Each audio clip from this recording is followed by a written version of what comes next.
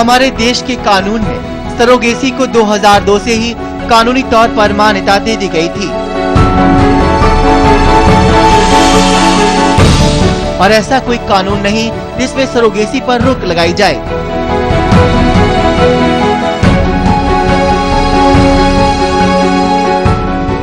Surrogacy पर कानून होने के बाद लोगों को इसे अपनाने में और समझने में समय लगा, लेकिन आज लोग सरोगेसी के मतलब को और परिभाषा को अच्छी तरह से जानते हैं। सरोगेसी संबंधित नियमों और अधिकारों को समझने के लिए ये जरूरी है कि हम सरोगेसी पर बने कानून को जानें। वो लीगल हो चुकी है इंडिया में आफ्टर 2005 और सरोगेसी जो है वो लीगल के साथ साथ कमर्शियल भी हो चुकी है। और जो इंडिया में बाहर से बहुत सारे लोग मेडिकल वीजा पर इंडिया में सरोगेसी के लिए आते हैं और यहाँ पर बहुत इजीली दोनों चीजें अवेलेबल हैं। सरोगेसी के लिए यहाँ पर मदर्स अवेलेबल हैं और साथ में मेडिकल एक्सपेंसेस जो हैं वो कंपेयर टू बाहर के जो कंट्रीज हैं उनके कंपेयर टू बहुत सस्ते पड़ते हैं, चीप पड़ते हैं। देखिए आज सरोगेसी और सरोगेट चाइल्ड के लिए एक कॉन्ट्रैक्ट होना बहुत जरूरी है और ये कॉन्ट्रैक्ट 3 लोगों के बीच में होता है। एक वो मदर, सरोगेट मदर, एक वो कपल और तीसरा मेडिकल जो भी डॉक्टर्स या जो भी क्लिनिक्स इसको प्रोवाइड करा रहे, इन तीनों के बीच में एक कॉन्ट्रैक्ट होता है और ये सारी कंडीशंस उस कॉन्ट्रैक्ट में होती है।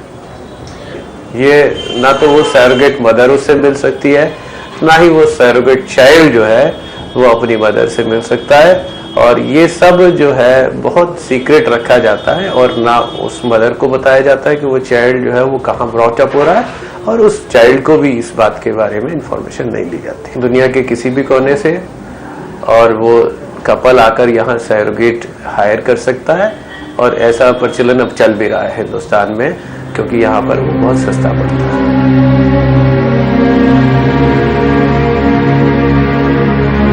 भारत में सरोगेसी के जरिए संतान प्राप्त करने का खर्चा 10 से 15 लाख आता है, जबकि अमेरिका में सरोगेसी के जरिए संतान प्राप्त करने का खर्चा 50 लाख रुपए से भी ज्यादा आता है। एक रिसर्च के मुताबिक सरोगेसी के मामले दुनिया में सबसे ज्यादा भारत में ही होते हैं। अगर पूरी दुनिया में साल में 500 सरोगेसी के मामले आते हैं तो उनमें से 300 सिर्फ भारत में होते हैं।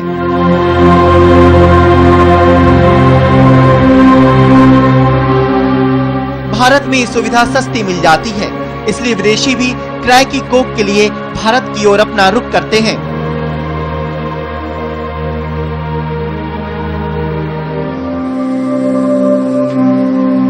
बहुत से सवाल अभी भी मेरे मन में हैं। क्या पैसे मिलने के बाद सोने की परेशानियां खत्म हो जाएंगी? या मुन्नी वाकई में अपने बच्चों की परवरिश खूब अच्छे से कर पाएगी? क्या ये सरोगेट्स भी कभी अपनी बेटियों को सरोगेट बनने की सलाह देंगी?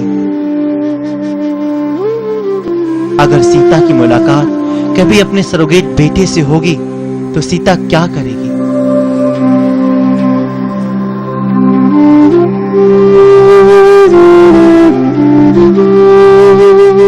इनमें कई महिलाएं अपनी जरूरतों के आगे हार मानकर सरोगेट होम दोबारा जरूर आएंगी, मगर ये महिलाएं यहाँ कुछ पाने ही नहीं आई है, ये कुछ देकर भी जा रही है।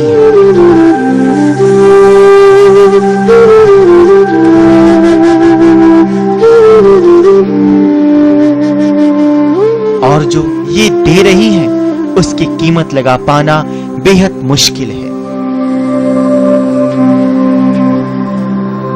और सम्मान के अलावा इन औरतों के हौसलों को सलाम करने की जरूरत है, क्योंकि अपनी मजबूरियों के बोझ तले दबकर खत्म हो जाने के बजाय इन्होंने खुद को और अपने परिवार को गरीबी के मुंह से निकालने के लिए अपने आप को दांव पर लगा दिया है।